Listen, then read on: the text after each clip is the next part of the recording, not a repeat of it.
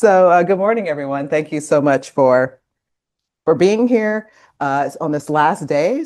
And welcome to all of you who are with us here on Zoom. And thank you to Tim for the lovely introduction. We have our survivor testimony today by Nejra Sumic. And she's a former refugee who was forced to flee from her home country of Bosnia and Herzegovina. Nejra and her family were granted asylum as refugees in the United States, and she received her master's in public administration at Western International University and is fluent in 3 languages. Which languages are those? Obviously English, Bosnian, and Spanish. Spanish is a third. Okay, so I knew 2 of them, but very good. She currently serves as an advisor on the United States Refugee Advisory Board and is also the Arizona Delegate for Refugee Congress. Through her work, she co-authored the book Divine Love, where she writes about her journey as a refugee child. So thank you so much for being here. Without further ado, it's my pleasure to turn it over to Nejra. Thank you so much. You're so welcome. Good morning, everyone. How's everyone doing? Wow. Yeah, it's still a bit early in the morning. Thank you so much for having me. Once again, I'm Nejra. Can you all hear me okay in the back? A little louder? Okay. So this presentation, I am going to walk you through parts of my testimony, historical context of what happened in my country in Bosnia, but also what happens when you survive genocide in a region of ongoing conflict and violence, and when you become a refugee, when you become displaced, and then are forced to flee to save your life. So I will share what that experience is like from surviving genocide to becoming a refugee and going through resettlement in a third country. A couple of disclosures that I want to make. Some of the images and stories are graphic and maybe hard to watch. Throughout my presentation, I'm going to use UNHCR and data from the Department of Homeland Security as a reference and a source. And just before I kick off my presentation, just so I can kind of get a lay of the room, raise your hand if you have heard of Bosnia and Herzegovina. Okay, good. You're in the right room. Raise your hand if you're a Bosnian, a fellow Bosnian. I don't know in the online, I cannot see online. Raise your hand if you have met a Bosnian person beside me. Okay, I like that. Raise your hand if you actually visited Bosnia. Wow, okay. What parts? Anyone want to share real quick? Sarajevo and Srebrenica. Okay. I was in the bus with him. Yeah. All of it. All of it. Sarajevo, Ranivako, everywhere. Awesome. Raise your hand if you've eaten Bosnian food. Okay, those of you who have not eaten, you need to eat Bosnian food. There's an amazing restaurant in Northwest Phoenix called Sarajevo Cafe. You need to go there and visit. Raise your hand if you have met a refugee before. Okay. All right. Let's see how I do this clicker. So I'm going to skip my background because you guys already heard. I think the only thing I want to point out about with my background is this organization called North Congress of Bosniaks. They are playing a really tremendous role in this moment in time, especially with what's going on back home with the Bosnian, the political climate. They are playing an incredible role in really doing a lot of advocacy here domestically with the Bosnian diaspora and back home. And so they are kind of the leading national organization that is doing a lot of grassroots Bosnian advocacy in terms of political work.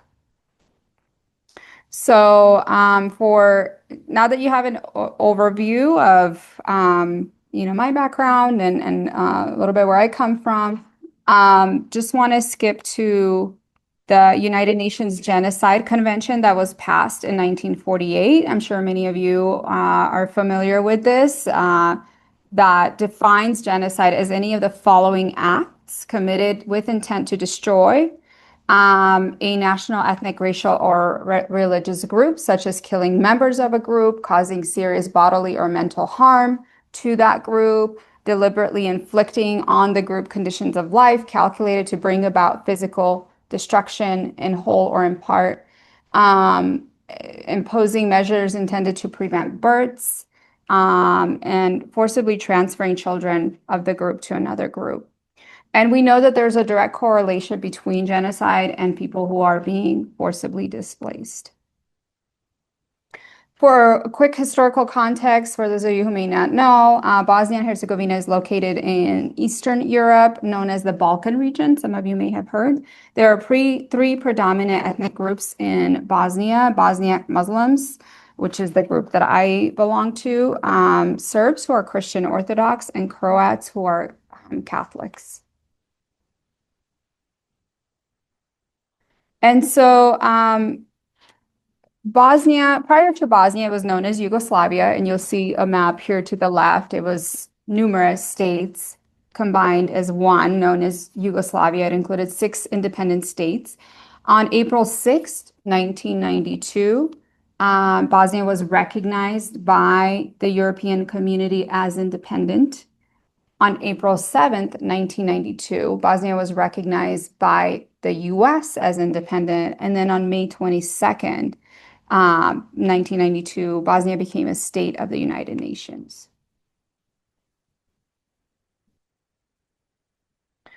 So through international courts and the UN acknowledged the genocide that was committed between the years of 1992 and 1995. We witnessed human losses, which I'll talk more about how that looked. Culture side, and I'll also talk a little bit about what that means. And then we also witnessed the Dayton Peace Accords that was signed later, which helped stop the war. The International Criminal Tribunal for the former Yugoslavia, also known as ICTY on genocide in Bosnia, concluded that the intent to kill all the Bosnian Muslim men of military age in Srebrenica, which is a town in northeastern Bosnia, constitutes as an intent to destroy in part the Bosnian Muslim group with the meaning of Article 4 and therefore must be qualified as genocide. And then they went on to list a couple other articles, but the trial chamber concluded that this campaign to kill all the military-aged men was conducted to guarantee that the Bosnian Muslim population be permanently eradicated from Srebrenica and therefore constituted as genocide.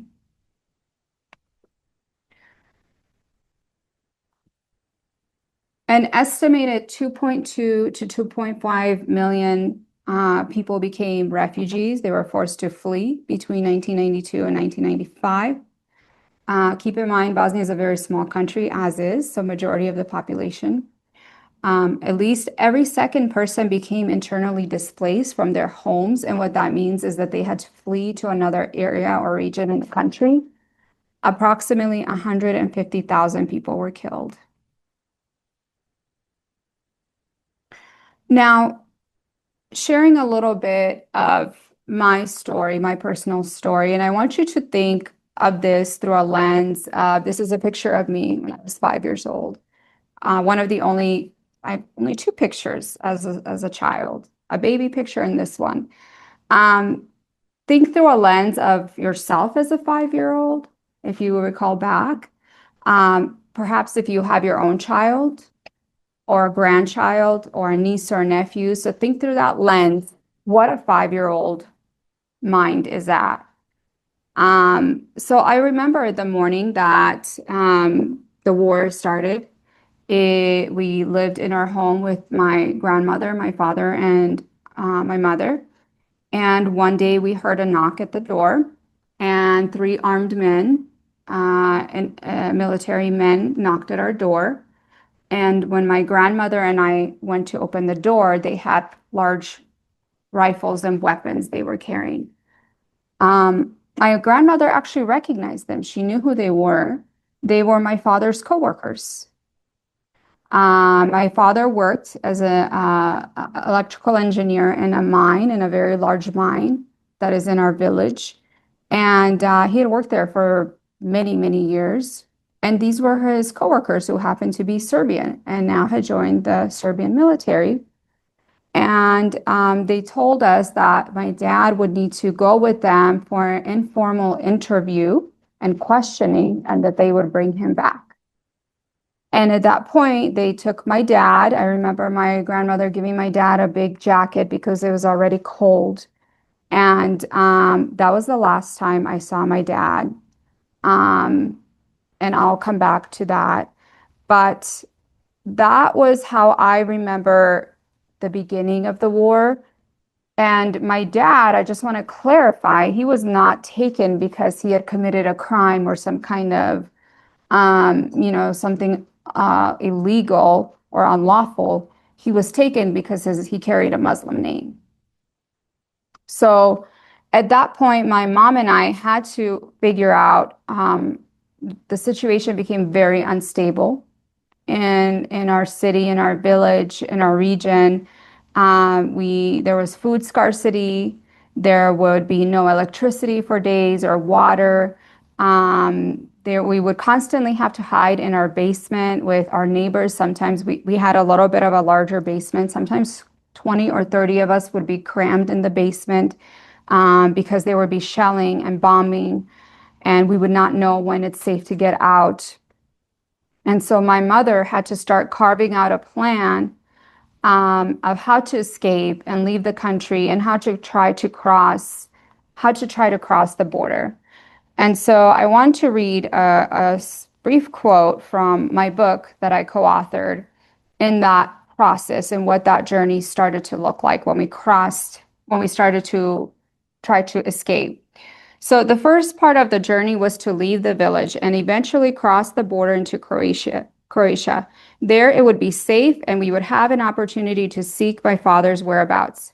But we knew this would be a dangerous and uncertain trek through an organized system of vehicles. As we stood in the cold at the bus station, thousands of people surrounded us, also desperately trying to get onto one of the buses. This was the only chance we all had to escape from the violence and seek freedom. It was there, among the thousands of people, that I somehow became separated from my mother. This moment became a defining one for years to come. I recall frantically crying as I looked for my mother, filled with fear and despair of any 5-year-old child. Eventually, I found my way back and was reunited with her, but these moments felt like eternity.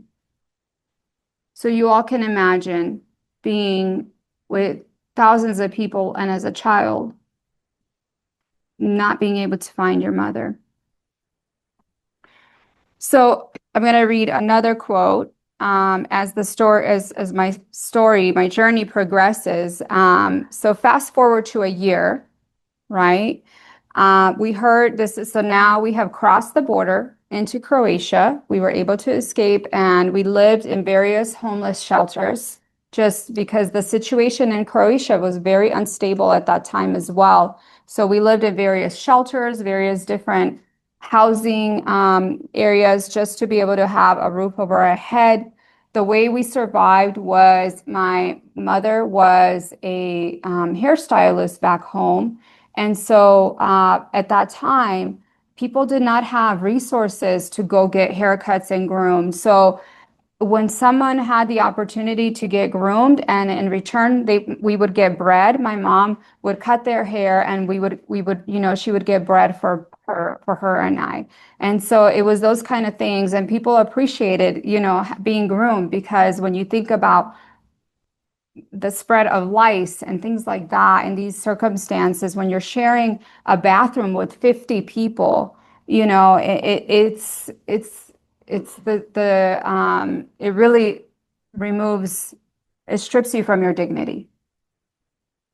And so after a year passed, we heard in the news the prisoners from the concentration camps would finally be freed. At that time, I just want to add that we did hear that my father could potentially be held in a concentration camp, but we did not know where. From that point forward, we gathered every evening by the military base, desperately waiting for the arrivals. After many weeks of waiting, it was a cold, snowy night when the buses started to arrive one by one.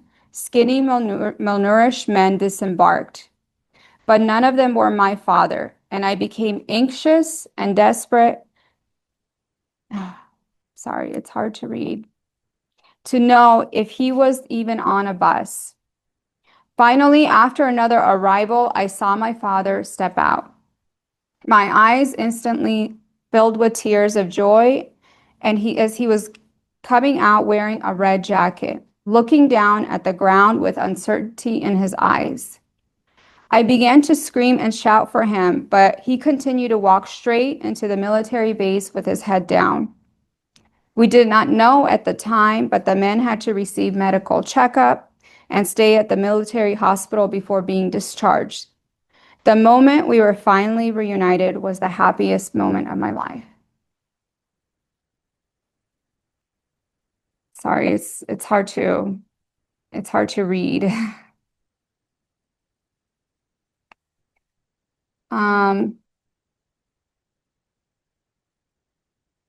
And so going back to I'm a little bit of what else we saw happening at that time. Sorry, my computer is acting up. Bear with me one moment here. Okay.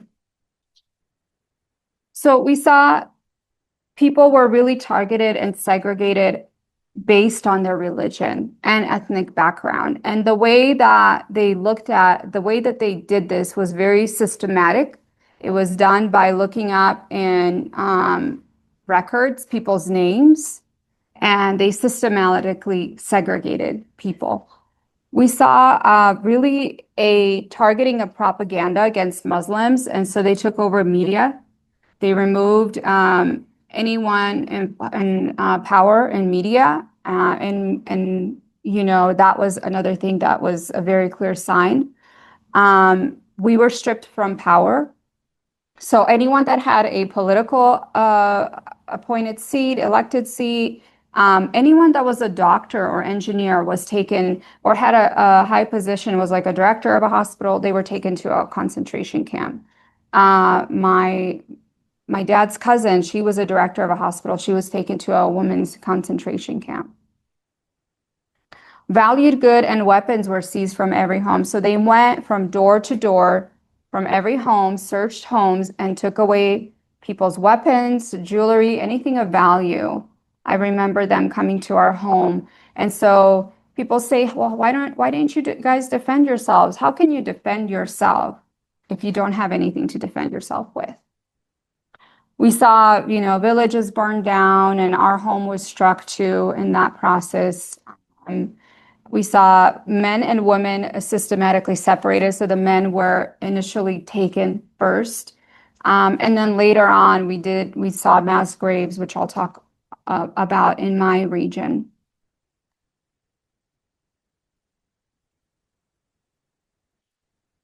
So I'll start out talking about the Sarajevo marketplace. Before that, the siege of Sarajevo, it lasted over 1,400 days, the longest siege in modern history, killing 11,451 people.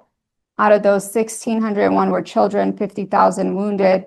You could see that picture on the left. Every year they hold a commemoration in Sarajevo to remember the victims. But the Sarajevo marketplace shooting on February 6, 1994, really the world's attention turned at that moment to Bosnia and this marketplace in Sarajevo that was struck by a Serb mortar shell. It killed 68 people and wounded over 200 people. People were buying food because of scarcity, and so they were at a marketplace. There were sights of people and live carnage and people being killed that were broadcasted live globally by international news. And so that resulted in calls for military intervention against the Serbs. There was also the city of Tuzla massacre. So this happened after a ceasefire went into effect. The Serbian military bombed in the city of Tuzla, which is a northeastern city of Bosnia, where there was no more war activity. And people started to come out of their homes and, feel safe. And the Serbian military attacked and killed many young people. And till this day, current Serbian leaders say that this did not happen, that this was staged. So till this day, it is very much denied.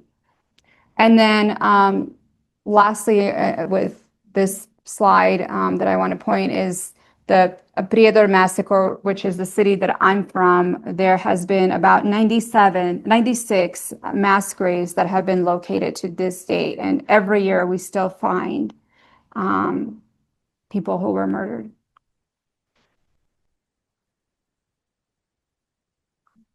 So on July 12th, 1995, Bosnian Serbs began to deport women and children from the Bosnian town of Srebrenica.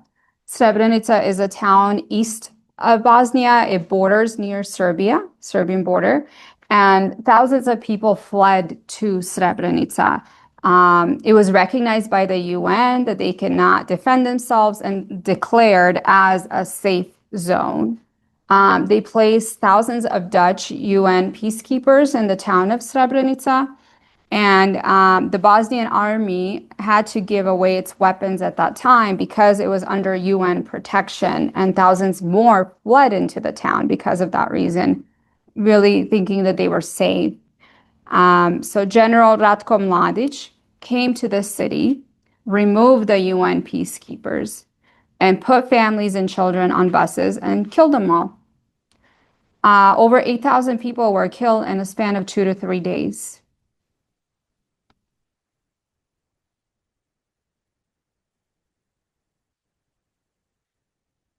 2024 was a big year for the Bosnian community.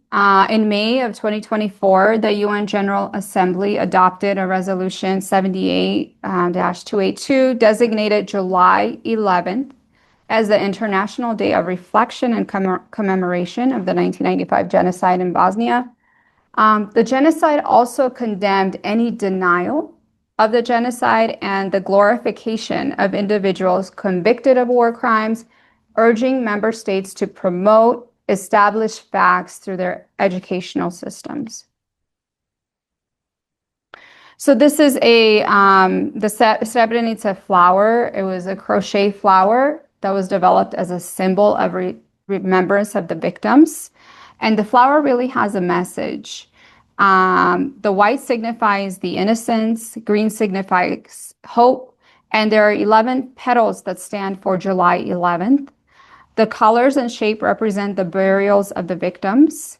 In Potočari, which is the area of where all the victims are buried in Srebrenica, when the victims are laid to rest, the casket is draped in green, and you can see that in the center of the flower. The white petals represent the mothers mourning and praying, dressed in white, surrounding the green center.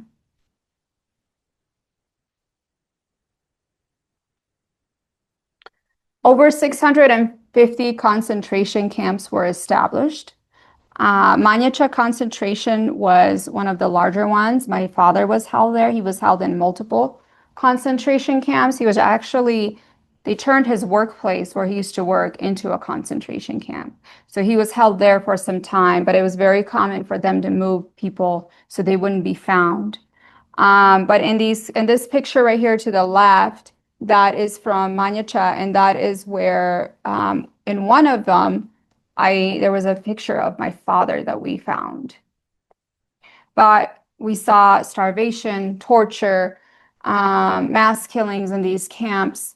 And it was through a UK journalist, Ed Buliami, that brought to light the atrocities happening in the concentration camps. He was one of the first journalists there on site. And that's how the international community became aware of what was really happening.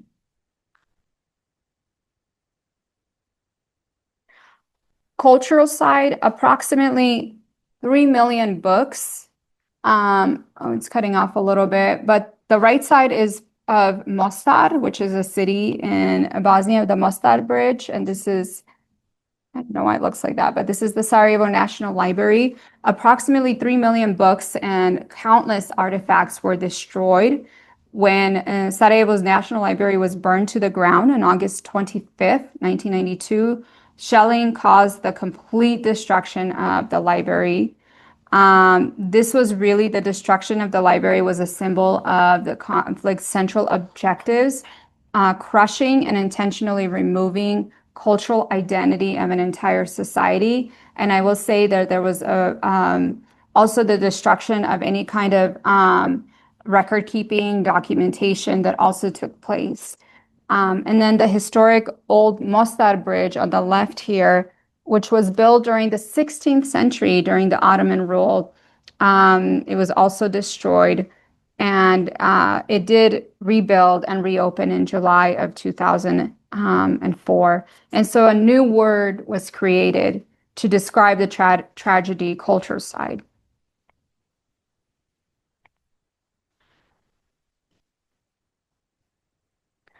So on August 30th, 1995, effective military intervention finally began as the U.S. led a massive NATO bombing campaign in response to the killings at Srebrenica, which really targeted the Serbian artillery positions throughout Bosnia.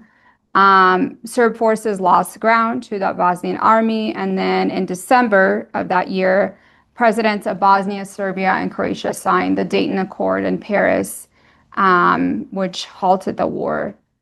And also 60,000 NATO soldiers were deployed to preserve that ceasefire.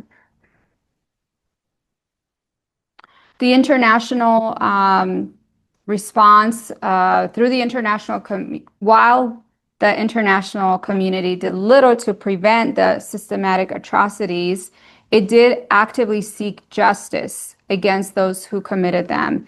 In May 1993, the UN Security Council created the International Criminal Tribunal for the former Yugoslavia, also short for ICTY, at The Hague in Netherlands. It was the first international tribunal since the Nuremberg trials in 1945 and the first to prosecute genocide. In 2007, also the Court of Justice issued a ruling in a historic lawsuit that brought Bosnia against Serbia through the court, though the court called the massacre at Srebrenica genocide and said that Serbia could and should have prevented and punished those who committed it. It stopped short of declaring Serbia guilty of the genocide itself.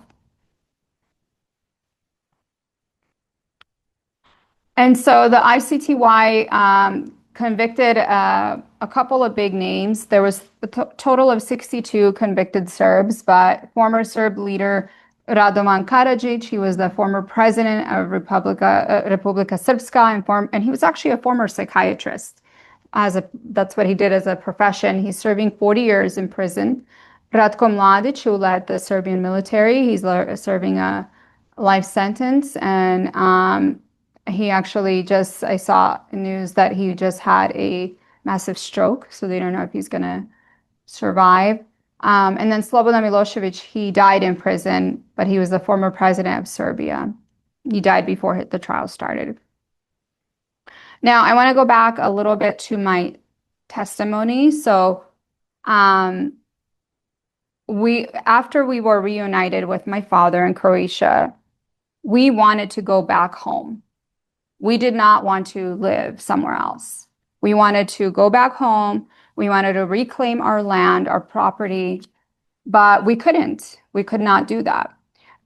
It was not safe and it was occupied. There was still ongoing conflict and violence.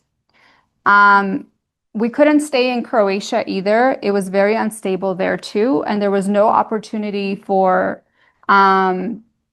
economic prosperity, especially because there were so many refugees that fled over the border into Croatia. So then we seek to apply for asylum and refugee status. We were sent to Spain to live in a refugee camp. Some of you may have heard of the city Alicante. So near there, they put a refugee camps, and that's where we stayed for over a year. The ship is called the Aragon ship. This is where we traveled for days to get to Spain from Croatia. We didn't have a choice where we were going to be sent. So we didn't know until the last minute that we were being sent to Spain. We stayed in Spain for a few years, my family and I. We waited over 3 years. We requested to seek asylum in the US, and we waited around 3 years. It's very common for people who are displaced and become refugees to travel through multiple countries and wait in refugee camps for a long period of time. Most of the time, you have to be sponsored to get out of those refugee camps. Some people live in those camps their whole lives, which I'll talk a little bit about here soon. Once we arrived to the US, the resettlement process was very difficult and integration was very hard. We had 3 months of support, and then we were on our own after resettling. We had to start paying our plane tickets back after 6 months. So, we were brought here. It was a family of 6. We had to start paying our flights back after 6 months of arrival. My parents had to take on the first jobs that they were offered. So they were working minimum wage at a factory where oftentimes their worker rights were completely being violated and they had no idea or couldn't do anything about it. Oftentimes we were discriminated because we didn't speak the language and because we were refugees. So it was not an easy integration. But my parents really continued to strive for a better life for us. They knew that this was an opportunity that not everyone gets. And so within 3 years of arriving, they became first-time homeowners here in the US. So I want to talk a little bit about, before I wrap up, what resettlement looks like at the global, what's happening right now, and also back home. So resettlement, the UN really identifies 3 durable solutions. And as I mentioned, we wanted to go back home, and most people want to go back home and reclaim their land. So the first solution that the UN really pushes for is voluntary repatriation, is people going back to their country of origin. Like many now that we're seeing going back to Syria, right? Now that may not be an option, like it wasn't for us. So you can go to a host country, which is a country of asylum, for example, like we did to Croatia, or many people who at the time during the Syrian conflict fled to Turkey, right, or Jordan. But oftentimes this second option is not really an option because those host countries don't want all of those refugees there. They look at it as a burden to their economy, so they don't want to give them legal pathways for permanent status. They don't want to give them jobs, so oftentimes you have to work under the table, and it's not doable. Children can't go to school. They want to allow children to go to school. And so the final option is a third country of resettlement, which is coming through a resettlement program to a country that has a resettlement program, and you are legally defined as a refugee. Now, take a guess of percentage of people that get resettled to a third country. Anyone want to guess? 20%? 17%? Anyone else? What was that? 7%? Wow. Less than 1% of refugees are granted asylum in a third country. Yes. So the average time for people also to be in a refugee camp is 10 years. And this is while we're seeing, and I'm going to go over a couple of numbers here, while we're seeing the largest number of people that are forcibly displaced. We're seeing governments that are shutting their doors, right? And all of these humanitarian crises that are happening. So truly, my family and I are really, really lucky, are the lucky 1% of people who not only survived the genocide, but also were able to resettle to a third country. Many people, most people are not that fortunate. And so I really don't take that for granted. I'm going to go through this really quickly, but there are some definitions. I know some people put everybody in the same bucket or categories, but there is a very clear legal definition for refugees. These are individuals who, bless you, who must cross an international border, and they cannot return to their country because of fear of their lives or in danger for persecution for specific reasons. IDPs, internally displaced persons. So these are people, when you think about, who flee internally in their home, just like we had to leave our village and you flee somewhere else, that's an internally displaced person. An asylum seeker, they flee their homes and claim they are refugees, but their status has not yet been definitively determined. So when you think about people, we hear the southern border a lot, right? Who are coming to seek asylum, they have not yet been granted refugee status. They are seeking asylum. They're in that process.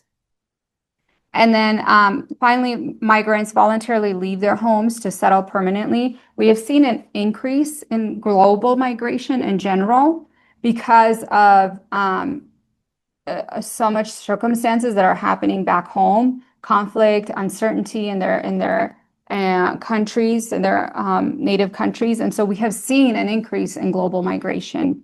And I will say, the other category that's not on here, but it's stateless individuals. And these are individuals that don't have a nationality of any country.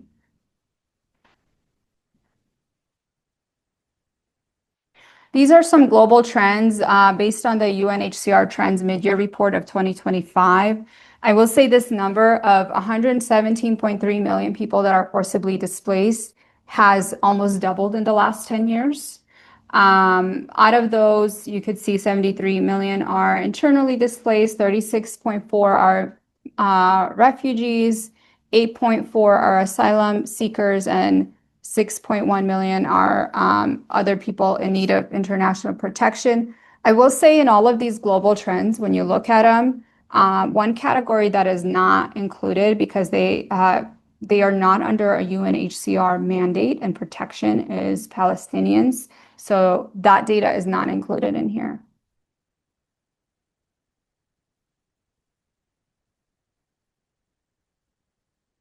Um, 67% originate from these 5 countries. Keep in mind, a lot has happened even in the last 6 months, right? So this is data based on 2025 from, we saw a huge displacement of Venezuelans from Syria at the time, Ukraine, of course, Afghanistan, and Sudan. These still are relevant, but of course, they're even in the last couple of weeks, so much has shifted in the global space. The top hosted 34% hosted in 5 countries include Colombia, Germany, Turkey, Iran, and Uganda. You may be surprised why Iran is one of the top host countries. It's because so many Afghans flee to Iran. As you can see, the United States is not a top host country listed on here. So what does resettlement look like in the US? I shared a little bit about my journey, but the top 3 states where the most refugees are resettled in 2024 were Texas, California, New York. There is a very rigorous vetting process that people go through. It usually takes 2 to 3 years. It's biometric data, it's screenings that involve multiple government agencies, including international agencies, the Department of Homeland Security, FBI, Department of Defense. And some of these biometric datas have expiration dates. And so like during COVID, we really saw a huge impact because everything was halted in that biometric data for people. And so people had to restart the whole process, and it was very, very difficult. This is the process when people arrive here. So like I shared a little bit about my journey. When you arrive, there are resettlement agencies that help people with pre-arrival to furnish an apartment for you, to pick you up at the airport, to provide you a hot meal. And during the first week, they go through, getting your social security and medical benefits and food. Although right now they've halted SNAP for refugees. So that has been a big policy change recently. As I mentioned, after 6 months, you start paying back, they call it your IOM travel loan. You pay back your travel tickets. And then those first 30 days of you start doing core services of cultural orientation, like integrating in the US and how culture is in the US. Grocery shopping, what does that look like in the US? Very different than maybe if you came, if you were a farmer back home and farmed your own crops. Health screenings, immunizations, enrolling children in school, navigating how transportation works in the US, finding employment, and then childcare. You are eligible after 1 year to apply for a green card, and then after 5 years for US citizenship. So just to wrap up, what does the global landscape look like right now where we're at? We're seeing an unprecedented surge in our armed conflicts. We're seeing a lot of human rights violations across the board, worsening climate change impacts. And I just want to point out people who are being displaced because of climate, they are not protected under the refugee legal status and definition. And so you cannot seek refugee status if you are someone who is displaced because of climate. And that has been a big debate within UN if that should be included or not. But some people really oppose it because they do not want to open the can of worms of redefining the refugee legal status and what impact that could have in, further. We're seeing governments increasingly adopting authoritarian and anti-immigrant stances. There's been drastic cuts within UNHCR, which is the UN department that oversees all of humanitarian issues and programs and resettlement. It's been about a 50% cut in UNHCR programs. And then here in the US, there's a complete suspension of US refugee resettlement program. And we've seen detention of refugees who have come here. In terms of my country, I just want to circle back to what's also happening back home to tie that in. We're really seeing there is an urgent need right now for peace and democracy. There's a current rise in nationalists and US lobbying efforts.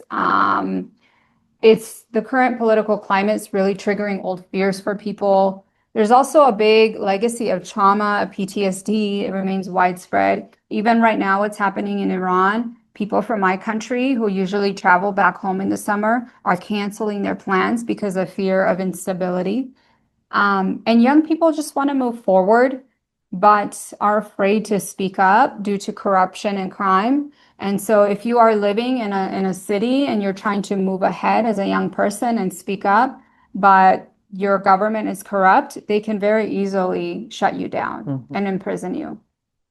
And we are still seeing widespread ongoing denial of genocide. In fact, Milorad Dodik, who was the former president of Republika Srpska region, which is the region that I live in, he's here presenting at a university, and he's getting an award for outstanding democracy, supporting democracy. So, and he was ousted by our government because of corruption and illegal things that he did. And so, there's still a lot of instability in the country. So my final message and reflections: in the aftermath of any war, any conflict, any genocide, peace and healing and reconciliations, they must be our ultimate aspirations. They must be. It's our duty to speak up, to remember and protect every human life. Nobody wants to leave their home, as I mentioned before, unless they are forced to leave. And we have to honor the past, but we must continue to fight for the future. And that concludes my presentation. And we'll open it up for questions, comments, dialogue, and anyone online as well. Feel free to. Yeah, I'll take that. ask questions. Thank you.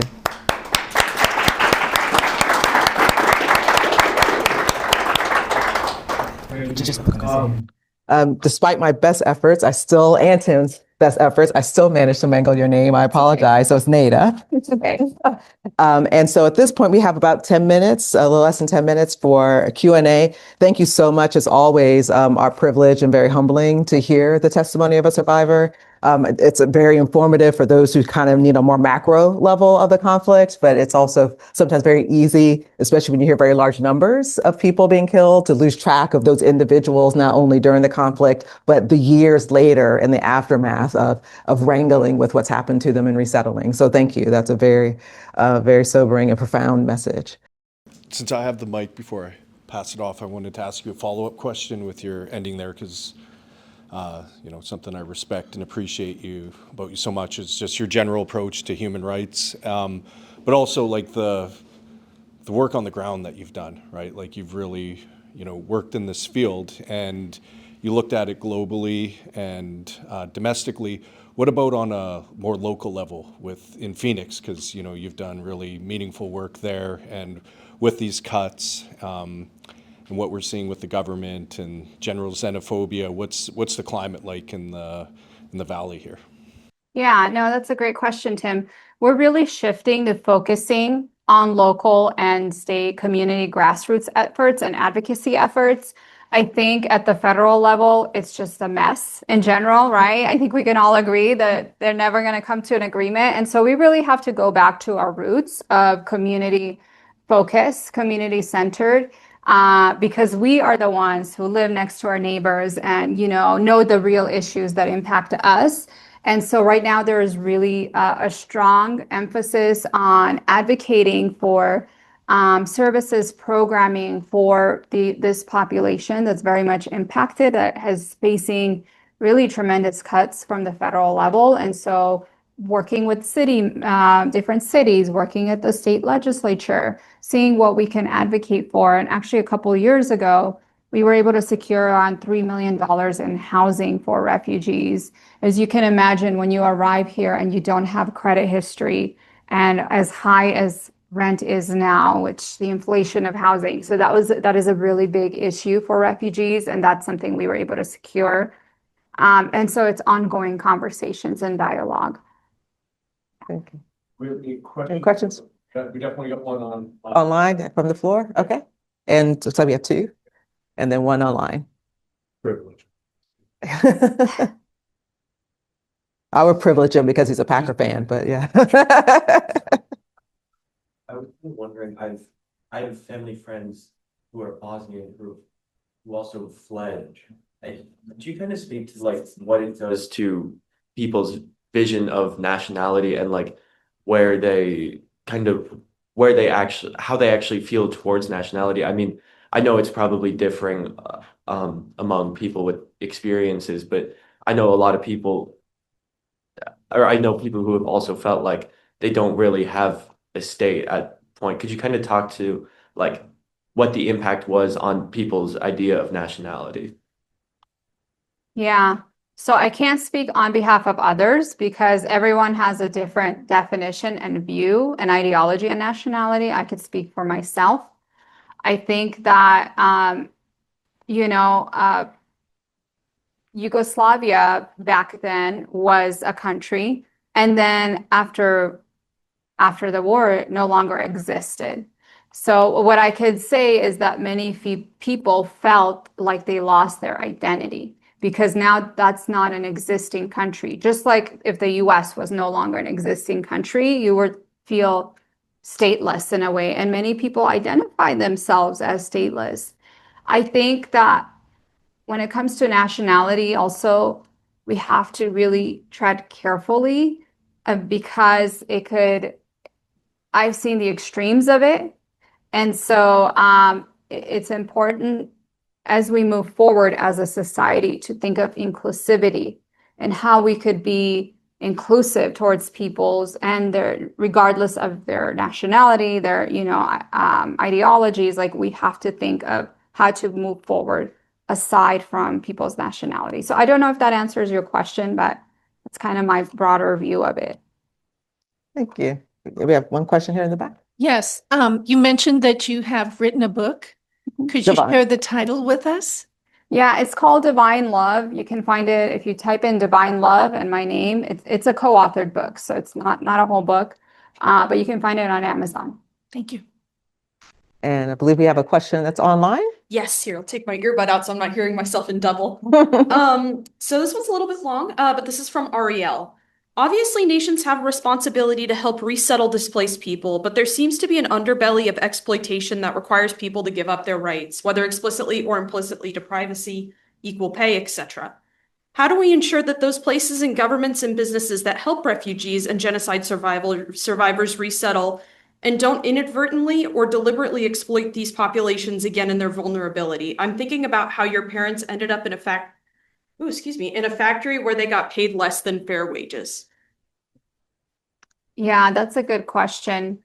I think we're dealing with, and this isn't to, I'm trying to answer this Carefully. Yeah. Because there is no easy answer for that. We're dealing with, especially in the current moment, with very, very diminished resources.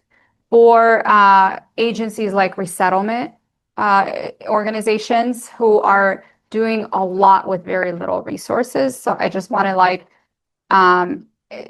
provide context to that.